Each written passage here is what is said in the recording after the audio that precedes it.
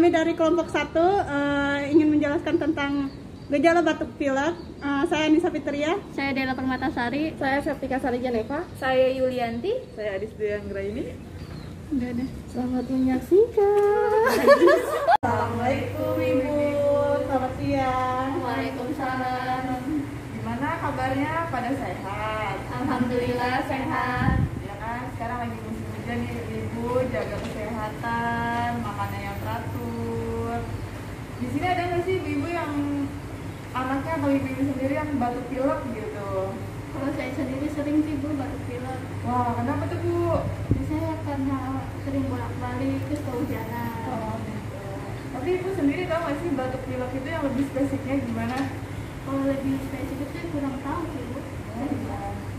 Batuk pilek itu merupakan suatu penyakit infeksi saluran pernapasan bagian atas ya Ibu, mulai dari hidung sampai tenggorokan.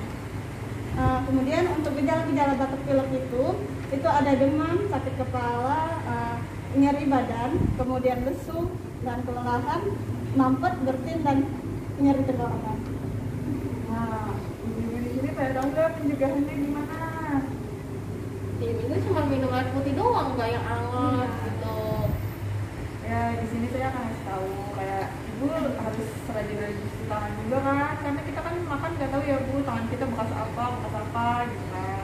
Nah, kalau bisa tuh ibu-ibu kalau ada yang lagi batuk atau lagi apa, jaga jarak gitu ya, juga pakai masker lah ya.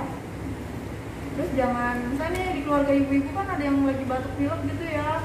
Nah, ibu-ibu pakai anduk yang bekas bersin dia gitu. Jangan dipakai ya Bu ya. Ibu-ibu sendiri malah pada ketularan. Jadi harus dipisah anduknya ya. Iya. Ada yang mau ditanyakan lagi tentang batuk pilek Ibu? Itu maksudnya untuk cuci tangan. Cuci tangan tuh biasanya gini-gini doang. Perasaan saya ada yang lebih benar, ada yang lebih baik lagi caranya. Ada Ibu, nanti kami akan praktekkan cuci tangan yang baik yang benar itu ada 7 langkah. Ada cuci tangan sampai ke sini, kemudian sela-sela jari, kemudian putar-putar, buku-bukunya dibersihkan, kemudian bilas lagi.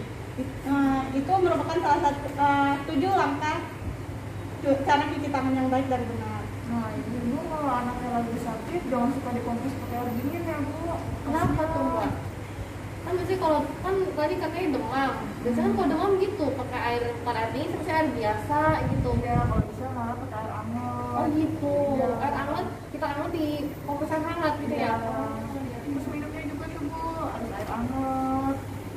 Jangan kasih es dulu ya Bu. Anak-anak kan juga pada Ya super bandel ya Mbak ya.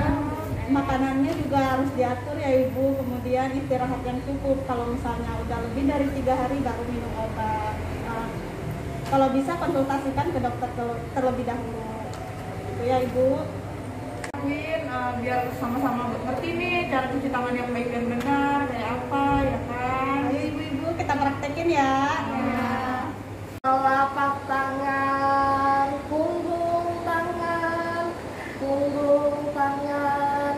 sela jarimu, lipat jarimu, sekarang jempolmu, putar-putar ujung jarimu, bilas dan keringkan.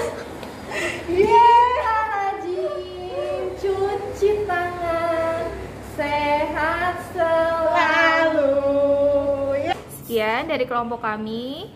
Kurang lebihnya mohon maaf. Wassalamualaikum warahmatullahi wabarakatuh.